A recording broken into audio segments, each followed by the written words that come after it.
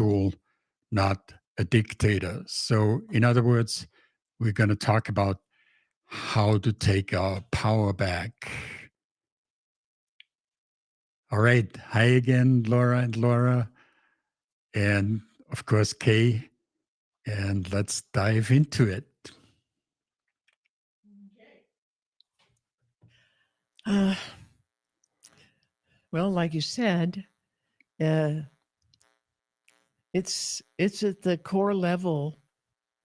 This is a core level of infection in within your mind, within your whole constitution, and even your whole physical body. So we are running around with this pile of blind beliefs. And what we mean by that is this is a collection of ideas and information, data, other people's ideas, especially, that have never been validated to us, but they've just been kind of crammed into us since the time we were born. And we're told to accept them without question. That this is the way things are. This is what it means to be human. This is what it means to live on Earth. And this is the way you have to be and what you have to do to stay alive here on planet Earth, and to be able to eke out a life. And pretty much all of it, all of these blind beliefs that make up the core, it's like the whole floor of our being is saturated with all these blind beliefs that are actually all lies. I think you've probably heard some Buddhist or Hindu phrases about how everything's a lie, you're living a lie, it's all an illusion. And it's couched in their colloquial phrases, their words. And most of us just don't pay very much attention to that. We don't know what it means. There's nothing, we don't ever hear anything about what that means, not explaining it. So what it really means is we've been living lies about everything, about what the world is, how the world operates, who and what we are, how we operate. What is our mind? What is our consciousness? What is everything? Everything around us. We've been fed all this, people's ideas, all this information, and we took it on blindly because we didn't know any different. And we've lived our whole lives, and we've based all our decisions on these blind beliefs, on these lies, this misinformation. Sometimes some of this misinformation is just a misunderstanding, but people think that it's still the truth. Even though it was a misunderstanding, they didn't quite pick up the information right or completely, or they made assumptions here or there, jumped to conclusions, and had different expectations, and they've gotten it all wrong. And then they base all the rest of their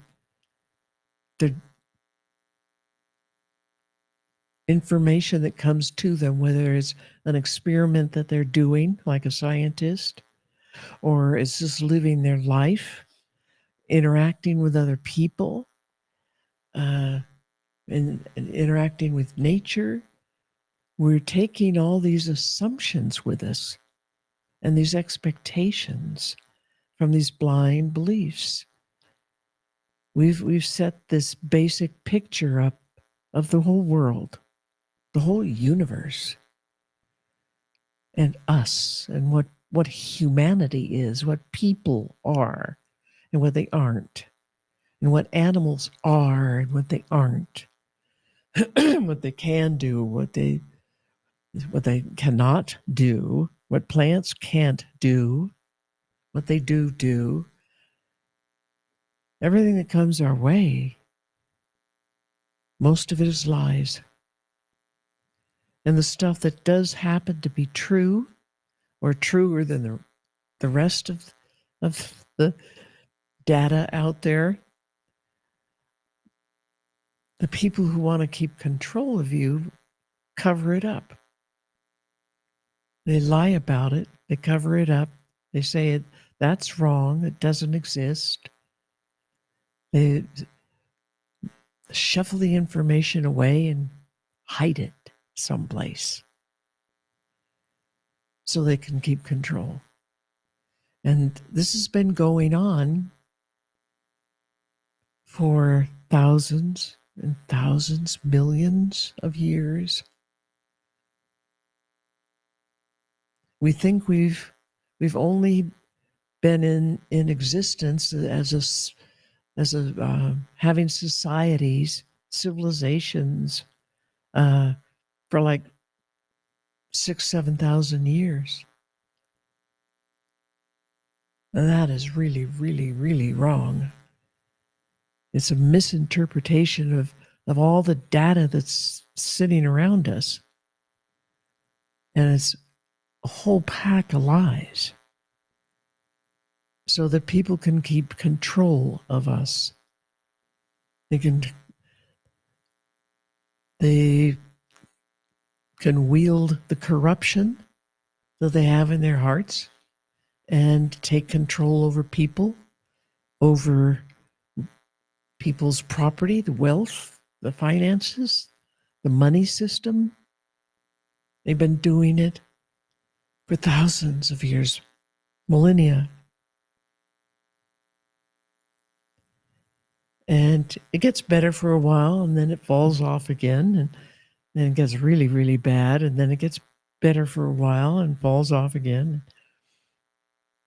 The ancients and a lot of indigenous peoples around the planet, they all say that we have had several different worlds. They use this word worlds. It's like they're meaning a huge era of humanity. Like about maybe 10,000, 12,000 years ago, when we had our really big flood that all cultures talk about, Noah's flood that destroyed everything, killed most of the people. A disaster like that has happened over and over. The population grows and learns and has become very sophisticated, and sophisticated technologies in weaponry and all kinds of things. And they didn't grow enough within themselves with their blind beliefs. And the society didn't grow enough in its totality with all of its blind beliefs. And they didn't grow out of this corruption. The corruption took them down.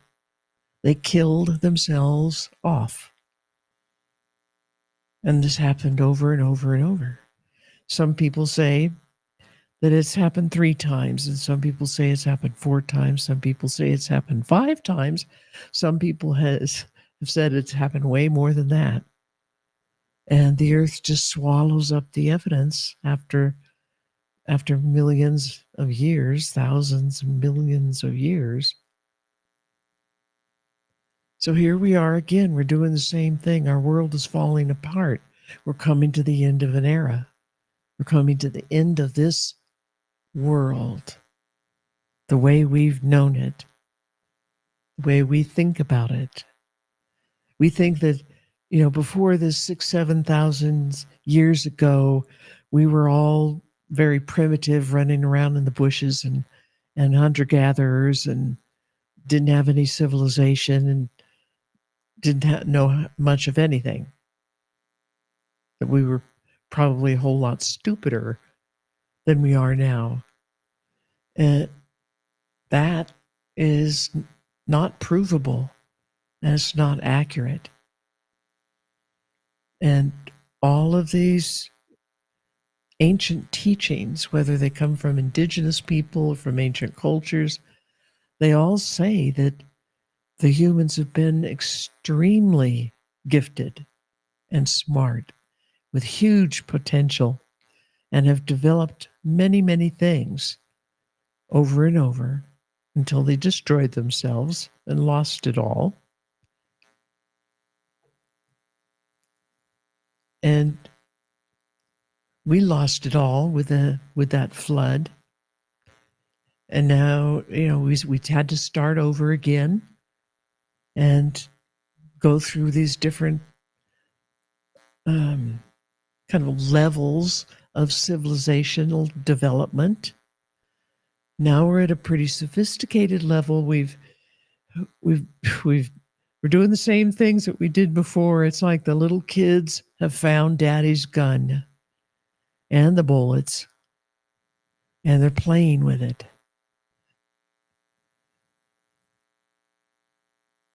And we could easily destroy ourselves because we didn't stop to listen to the ancient teachings.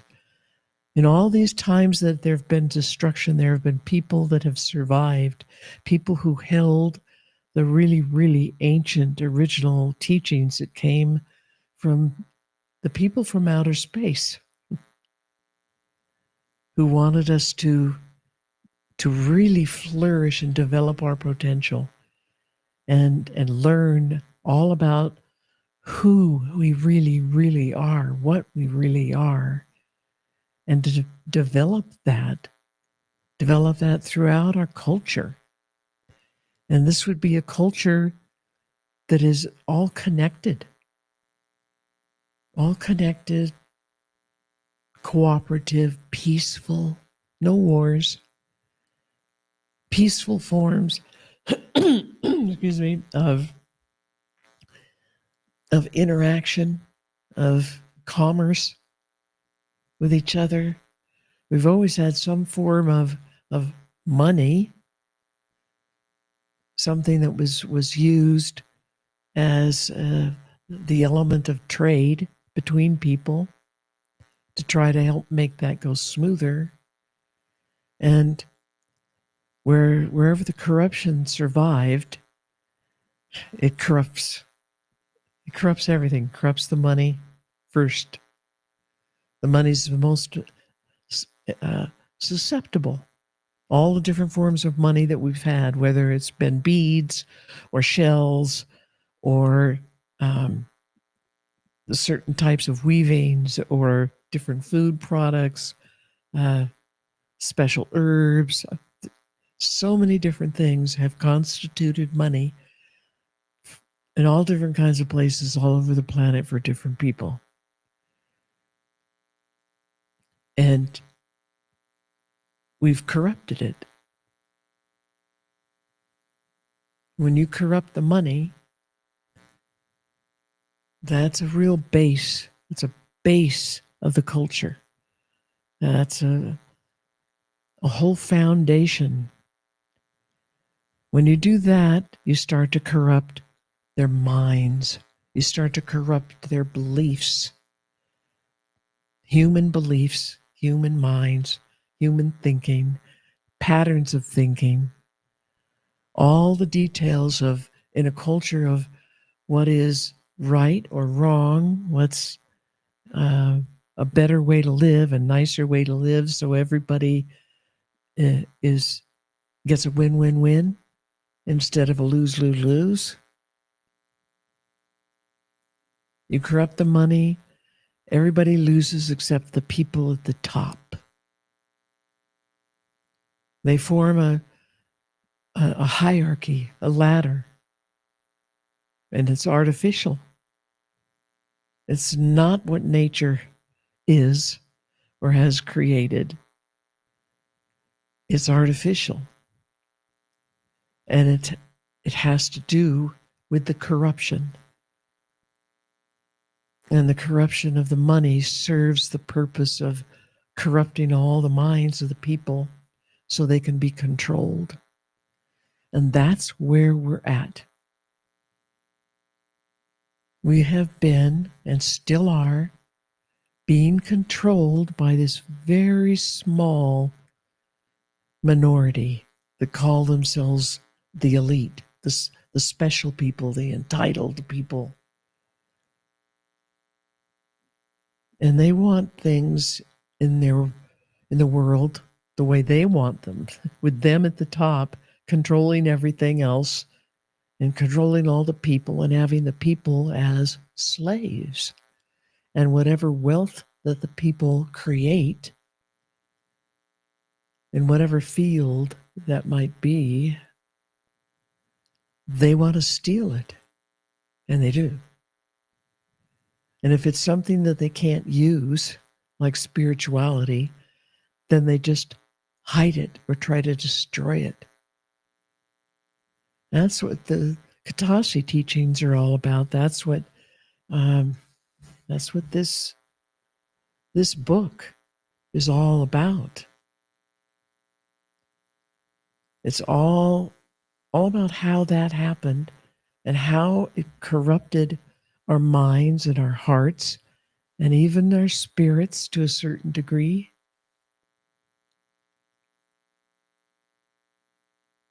And how this minority group is in control of everybody and everything and perpetuates all these lies.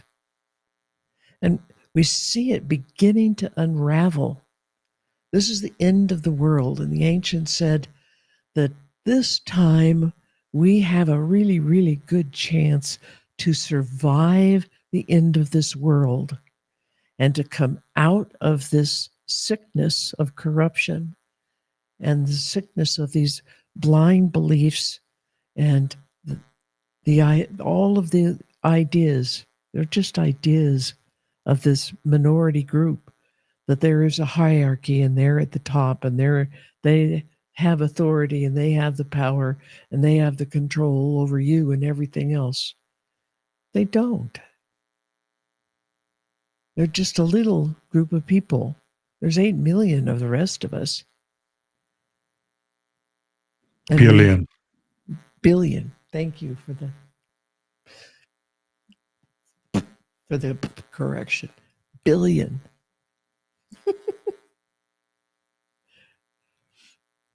$8 billion. No wonder they're afraid of us. They're very afraid of us because they know what our real potentials are and who and what we really are. They don't know everything about us, but they know that much, and that scares them. And the world is ending like it did before. And like all the prophecies that have been told every time, this is how you survive the end of the world. This is how you clean up yourselves and the world, the whole population, start a new world that it doesn't have any of this corruption. We have a chance to do that. And that means cleaning up the blind beliefs. And the first thing that you have to do to start cleaning them up is to challenge them. You have to question every belief that you have. Question everything that you hear and see out there in the world. Question it. Keep questioning it. And when you look inside yourself, you have to question your own core, that floor full of blind beliefs that rules everything within you within your beingness as you are living your life here as a human on earth. You have to question those beliefs. They're all charged. They're very, very, very charged. And we're addicted to them.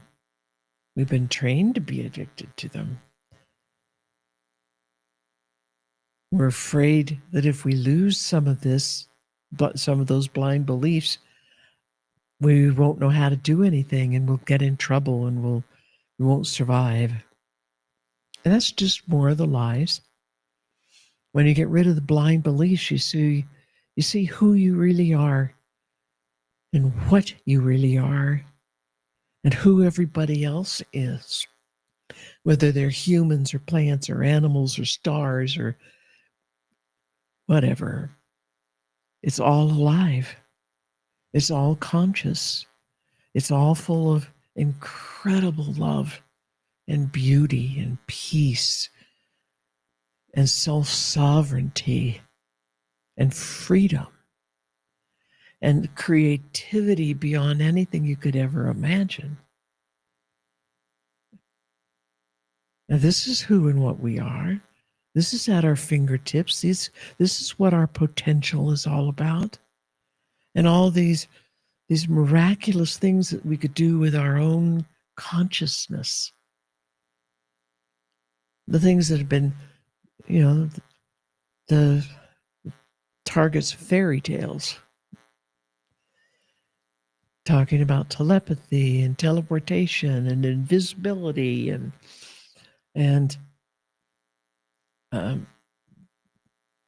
moving things around with your mind, with your consciousness, instead of physically moving them around, and being able to interact with each other and with other kinds of life forms completely, your complete self, telepathically, with all of your feelings.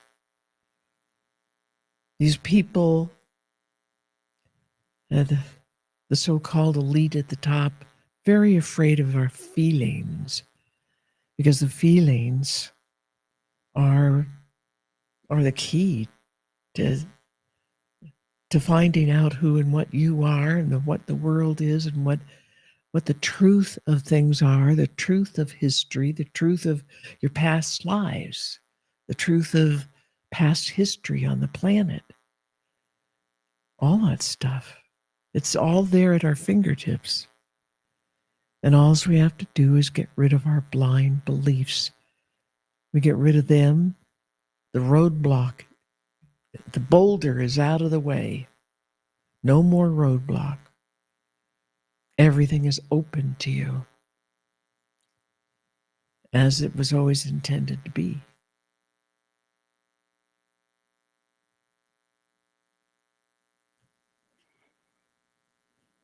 That's the story behind blind beliefs, blindly held beliefs. They're just somebody else's data, somebody else's idea. They have nothing to do with truth. They probably have nothing to do with you, for real. So we learn how to give them up, let go of them, give the addiction to them up, and embrace the reality of the world through our feelings. We know the feelings that we have, the physical feelings, the touch and the sight and sound and smell and taste. And that's only the beginning. That's the physical side of feelings. The whole rest of you, the bigger part of you, the non-linear spiritual part of you, which is much, much, much bigger, endless. We engage that by feeling it. So start nurturing your feelings, all different kinds of feelings, which includes emotions. And we use that word to talk about emotions or the sense of touch or something.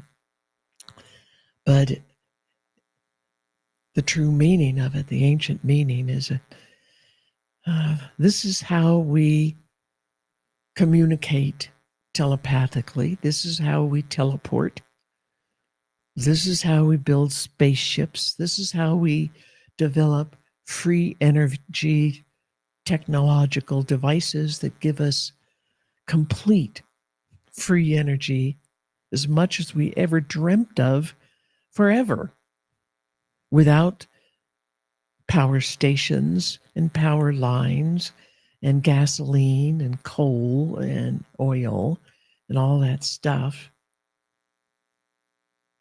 We're just at the beginning of building this new world where we can develop all those kinds of things and have them forever, and give them to our descendants and their descendants and their descendants.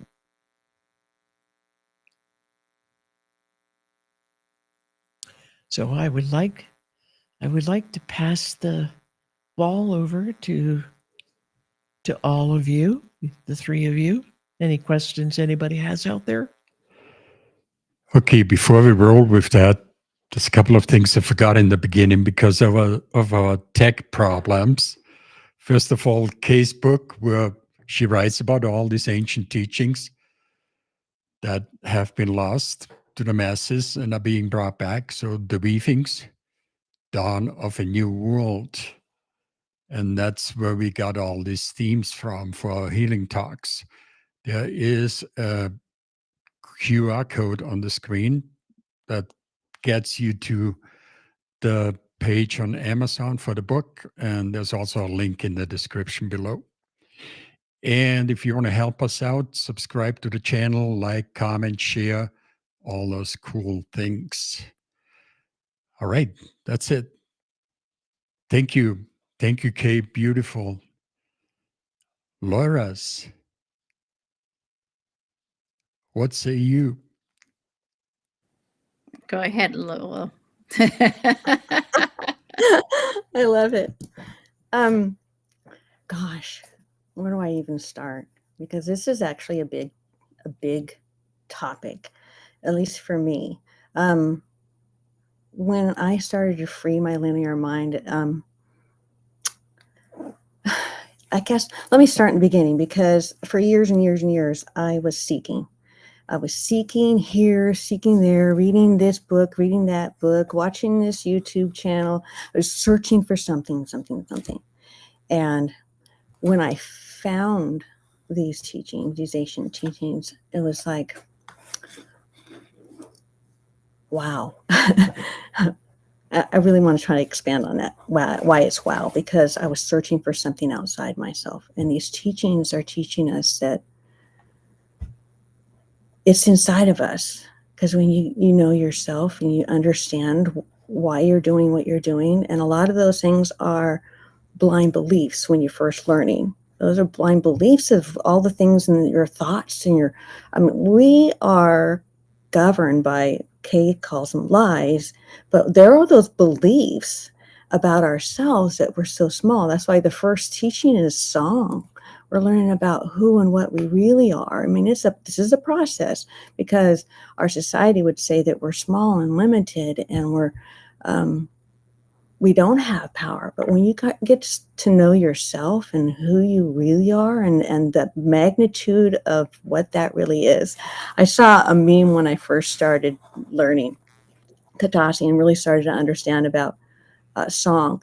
There was this picture of a dog, and it was coming out of its gate, and it was just running, and it's the face on him was just, you could tell he was just happy. The gate, and it says, live like someone left the gate open. Well, these teachings teach us that the gate has always been open. We just didn't believe it. I think Damano and Shia, in their book, The Reluctant Shaman, that Kay wrote, their teachings were it's like you're in the back of a Volkswagen bus when you're letting those blind beliefs and masks run you. So those are the lies. Those are the lies that you're believing to let govern your life and how you perceive everything. So when you're starting to understand who and what you really are and what those beliefs are, then you can weed them out.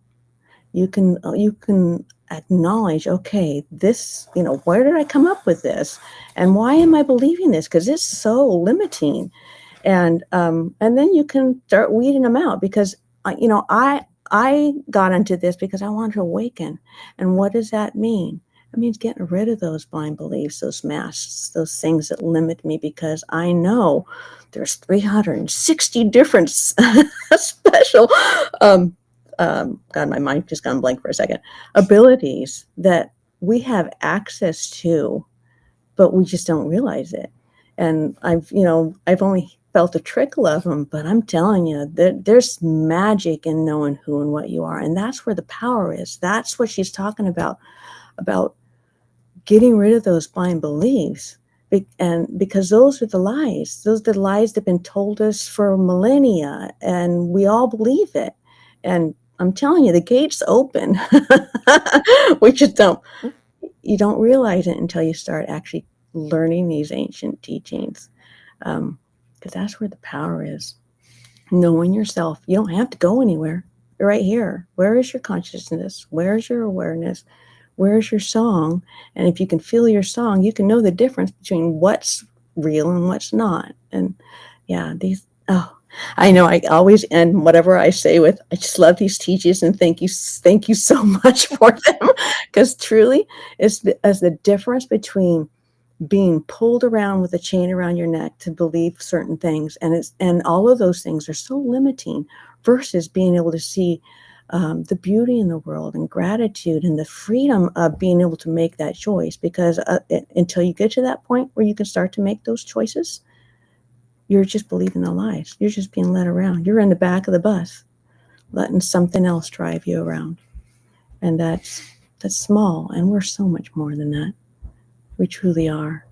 So again, thank you. Beautiful. Someone's left the gate open, because it's always been open. Thank Oh you. man, Laura, that was Beautiful. awesome. That was great. So well said. Yeah, the freedom. The freedom that happens when you start letting go of the blind beliefs. And I know in my case, and I think in anybody's case, I didn't realize once, in the beginning apprenticeship, in the beginning studies, we go through and start listing blind beliefs. And I confess, in the beginning I'm like, well, this is kind of silly.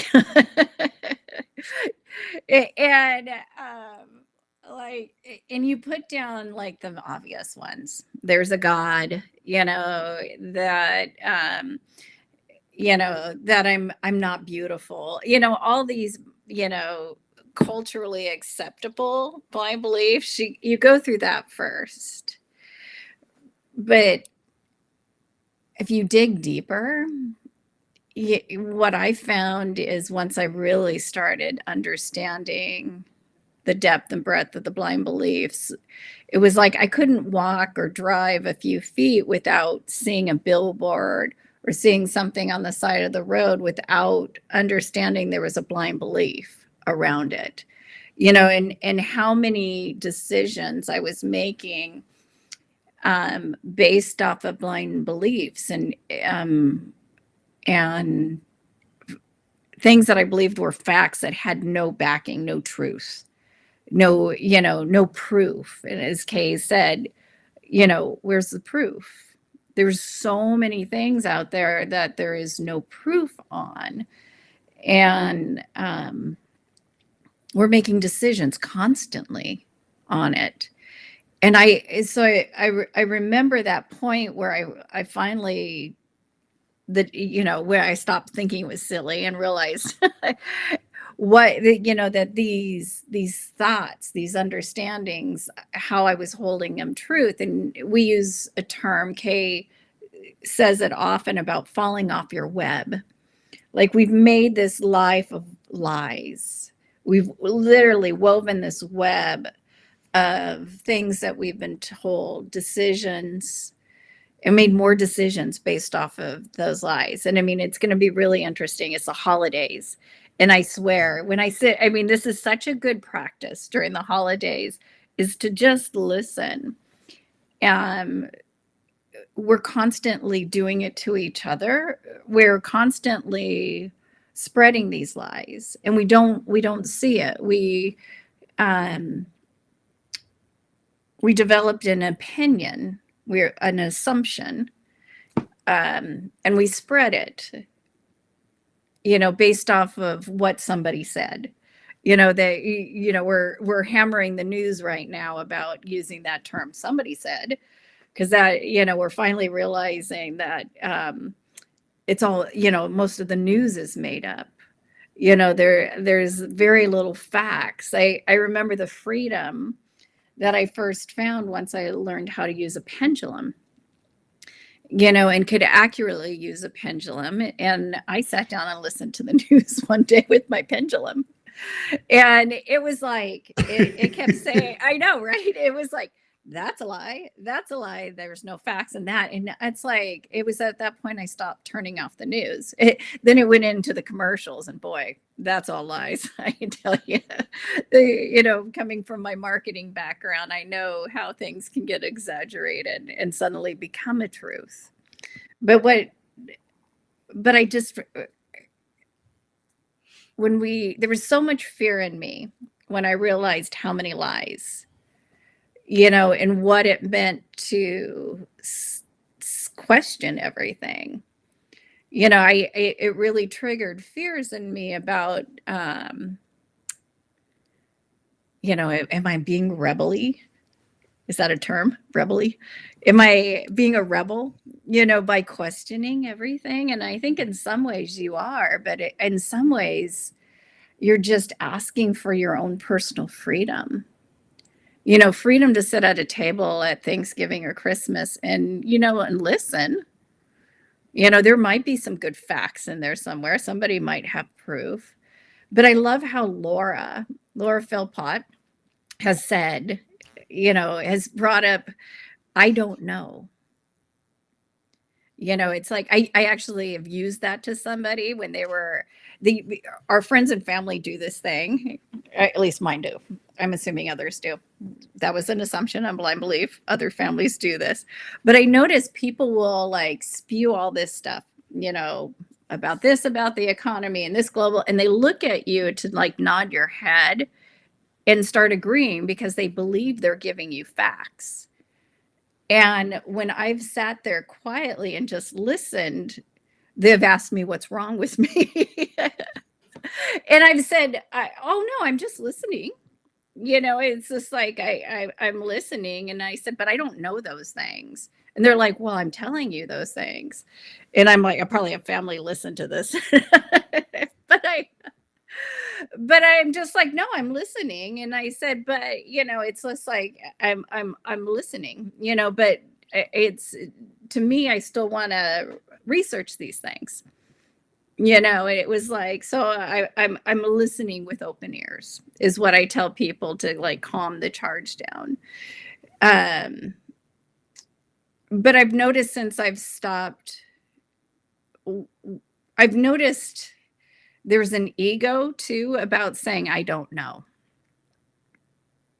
And that's in walking away from the need to know something and the need to suddenly be an expert with like a few little facts is one of the biggest things we can do to like free ourselves. Not having opinion, not having an ego, not feeling like we have to know something and, spend 3 days at a weekend retreat and become an expert. It's just like to question everything is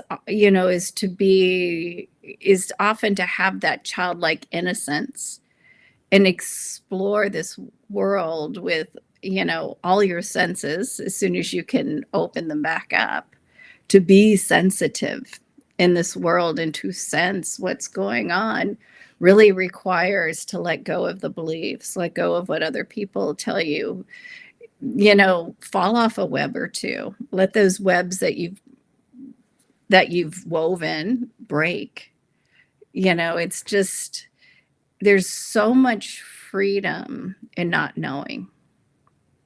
It doesn't mean you don't stop exploring. It means just the opposite. When you don't know, it allows you to learn, experience, and I thank Kay, hugely for keeping these ancient teachings going. I mean, it's like the freedom that I feel like I've been exploring for the last 10 years that I've been studying. Well, I guess it's over 10 years now, but I've been studying has only, I feel like I've barely touched my toes in what's available. And I'm still finding so many blind beliefs. They're still happening, but I've definitely dug deeper into the blind beliefs. There's those wallpaper ones you didn't even realize were there that are still there. But I'm grateful to be on this side of the freedom that comes with it. So grateful. And I'm grateful. Thank you, Laura, for giving me the term I don't know. Thank you. Beautiful. Thank you, Laura. Couple of things, not much to add here. You guys did beautiful. And I want to add that, this is something we can talk about for years because it goes so deep. It's the foundation of freeing yourself. But a couple of things I want to touch on is something that Kay mentioned in her talk earlier. Your beauty, the love, the peace, the freedom, the self-sovereignty, the creativity. That's what these blind beliefs are designed to keep us from learning. And if you don't let go of your blind beliefs, if you don't find ways to let go of your blind beliefs, you're not even scratching the surface on those things. These are such enormous abilities, really, that we have as humans. And when you manage to free yourself from those blind beliefs, you can start to begin to realize how enormous these things are and how powerful we are when we live them. And then we take our power back and send the elite parasites packing. I think that's it.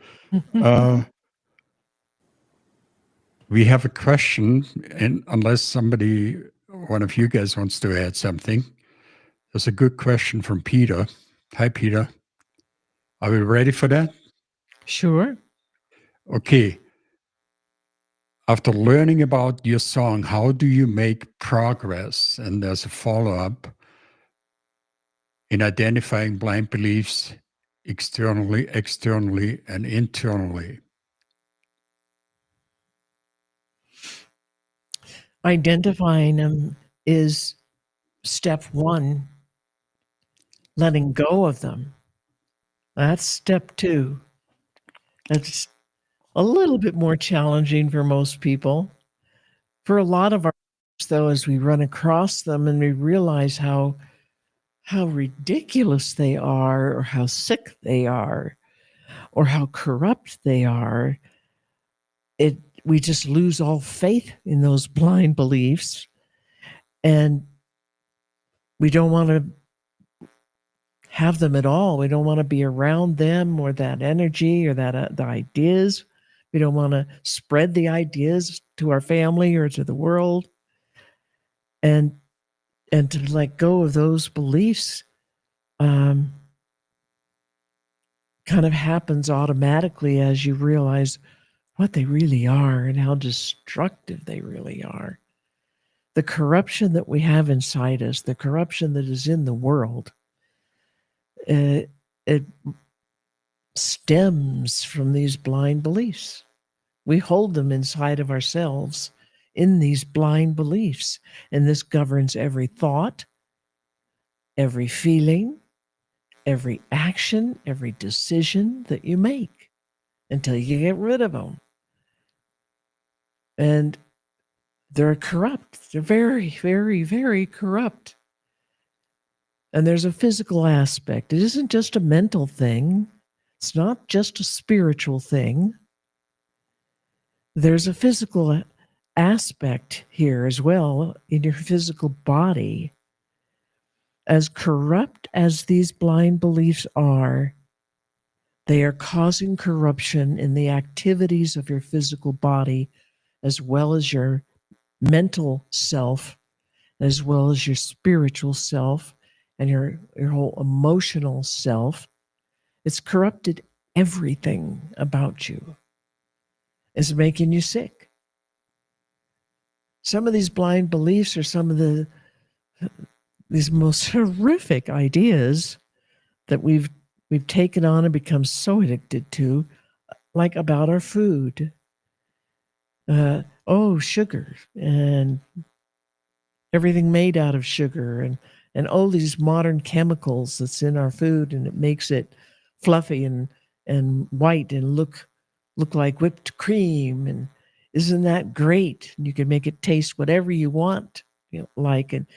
And with these other chemicals, and those chemicals are deadly.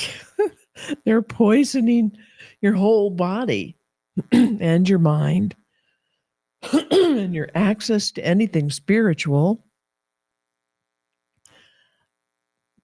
As long as they're there, as long as you are listening to them, as long as you're addicted to them and you're obeying them, like you get that craving. Oh man, I gotta have a candy bar. I gotta have a milkshake. I gotta get the sugar. Sugar's incredibly addictive, as well as all these other modern foods. Back when we're left to our own resources and nature, there is no sugar. There aren't any of these poisons to go to the store and go buy and eat all day long, or drink as a soda pop or whatever.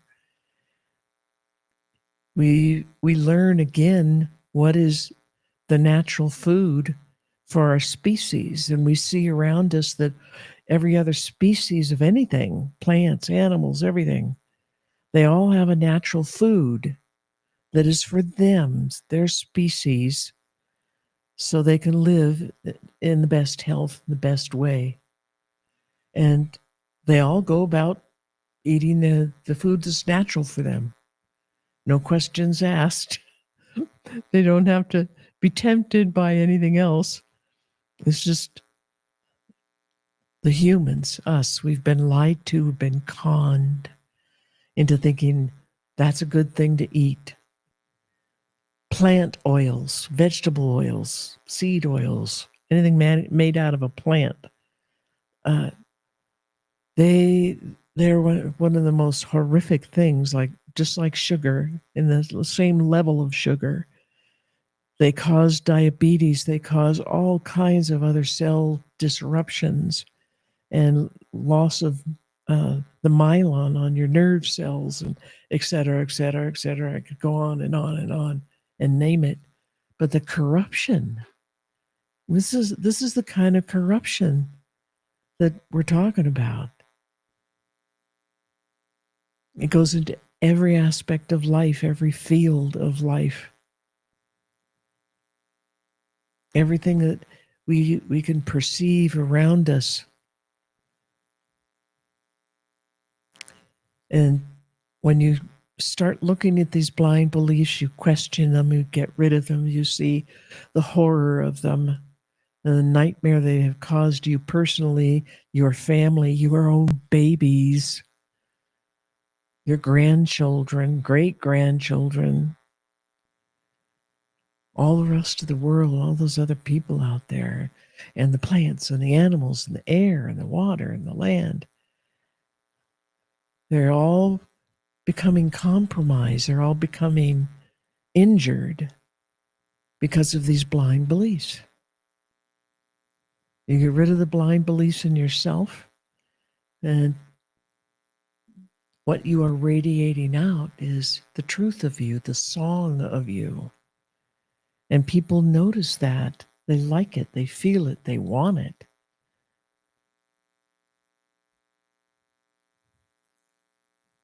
And that's what we want to get back to.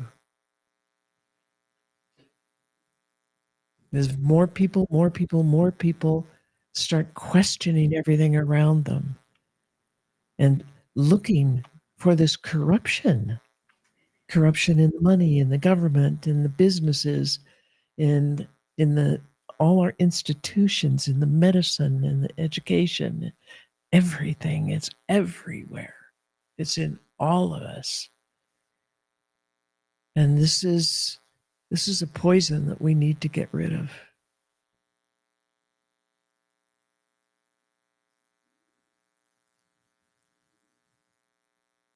And like Laura Philpott said, this means waking up. This is what waking up really means.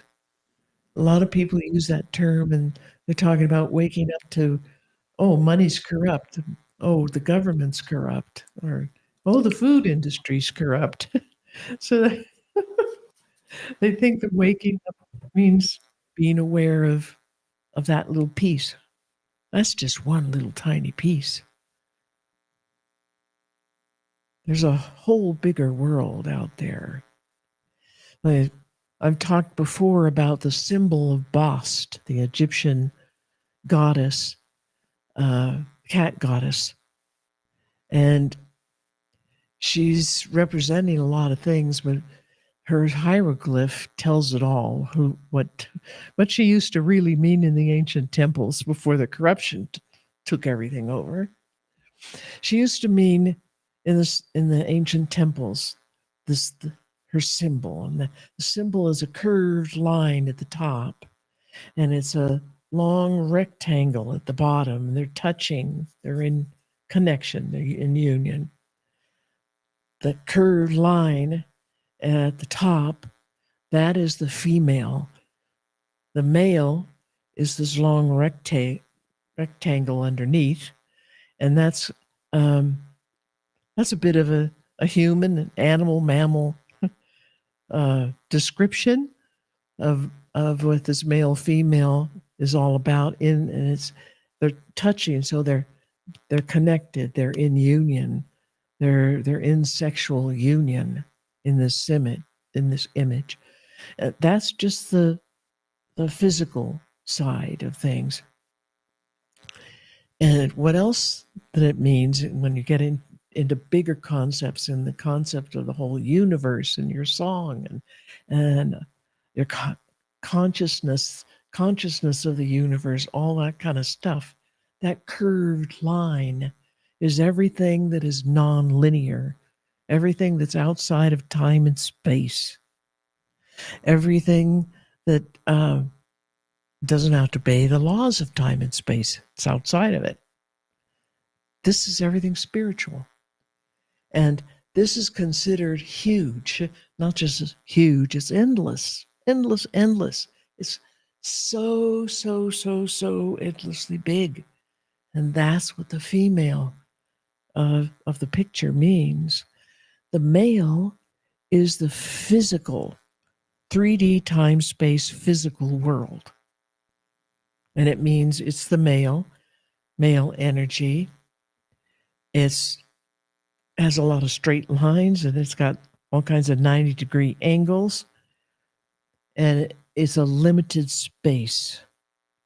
It's space-time. It's limited. It's very small. That curve is everything else. That represents what we are. It represents what the universe is. And how they work together, how they relate to each other. They're in union, so there's sparks and energies going back and forth between the two, and that involves creation, birth and death, the cycles of things.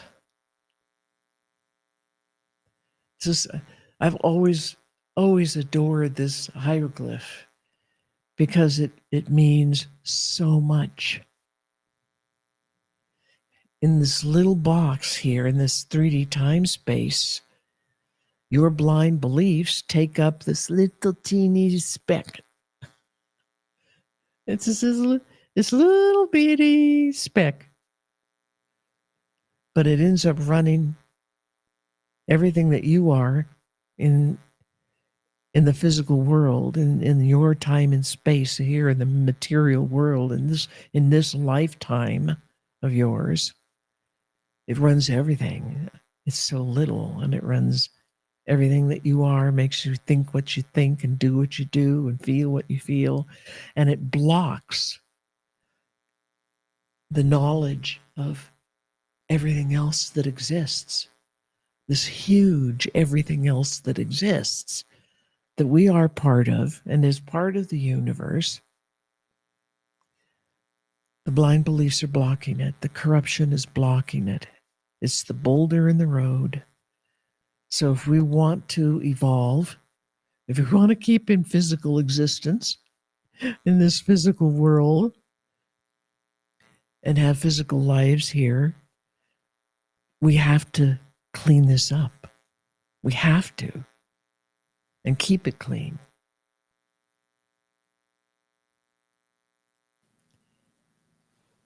So that's my last 2 cents for the day.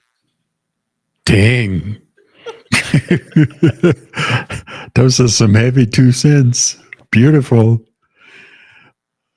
Okay, before we close out here, I'm trying to find something. Oh, yeah, here is the QR code, the link to our course, The Call of Your Song, which is going to start again next year. If you want to help freeing yourself from your blind beliefs and from the muggle world prison, and realize that, as Laura says, that the gate is open. Scan the QR code and it gets you to that course.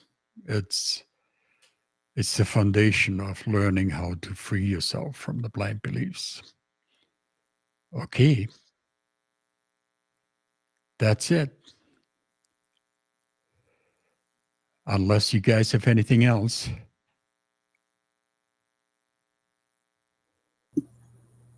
I could add one more thing. All So right. we do have a book club, and the first book we went over is Kay's I love your book, Laura. around I love it. The Reluctant Shaman. We've already done that. We've already gone through that one. I'm sure we'll do it again at some point, but they're all recorded. So it's not too late to join in and go and read the book and at the same time listen to our conversations as we've read the book. And there is a section in there where Kay joined us as well, and that is an absolutely wonderful one as well. And we are currently doing this book. So join us. It's not too late to jump in and learn these teachings. At some point, we'll even do Sacred Link. At some point. Anyway, I just wanted to share that because it's not too late. You can join the book club and you can start with The Reluctant Shaman that Kay wrote. And Your registration for the book club is just on the katasi.com website, and there's no cost. So register and you'll get the links to come join us. excellent. Thank you. Nice. Thank you. That link thank is you, ladies. katasee.com, katase.com. All right. We have one more comment here. Thank you. So intriguing to hear about the real meaning of male and female. That is something our society has completely misunderstood. Thank you. No kidding. Beautiful. Great talk. Thank you, ladies. Thanks, everybody, for joining us live. Thanks for everybody who listens to this and watches this later. Remember to like, subscribe, comment, and share. Put any questions in the comments. We will get back to those if they come up. All right. Okay. Thank you, you three, and everybody listening now and later. Thank you all so much. Love you. We see you next Love week. you. Bye Bye-bye.